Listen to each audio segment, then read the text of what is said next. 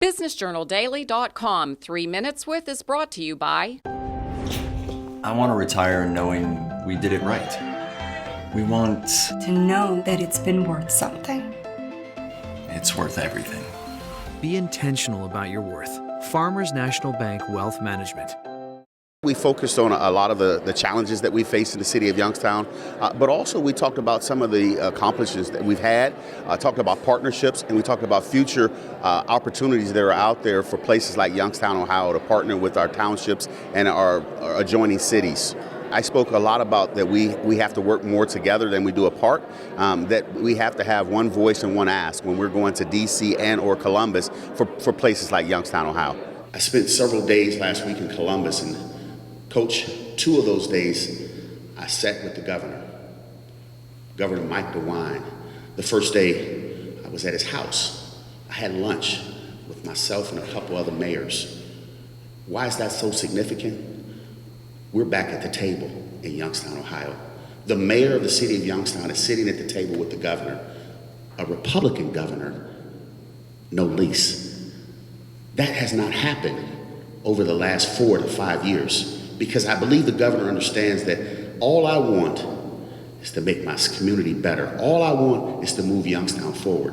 Now, we don't always agree on everything, but guess what? I support the governor on his gun reform. That's right, hear me when I say it. The Democrat mayor supports the Republican governor on his gun reform, and I will stand shoulder to shoulder with him to remove these guns off the streets, specifically off the streets of Youngstown, Ohio. You talked about gun reform and the food deserts. How do you think further impact is that going to have on the city, and just how to move forward to conquer those? Well, the gun reform would definitely, for a city like Youngstown, any gun that we can get off the streets is less victim, is less impact to a community or family. But I think it also helps the economic growth when people feel safe and secure where they live. It helps us in the food insecurities. That will give a business owner or business to say, I'll stay or I'll expand in a place like Youngstown, Ohio. One thing I need you to do, the governor appointed me to the commission for the census of 2020. And many of you in this room said, well, what's that got to do with me? A couple things you need to know about the census, and we need to make sure everybody in 2020 is counted. The census count affects the projected growth of investment. The valuable information that's gathered will help with economic development.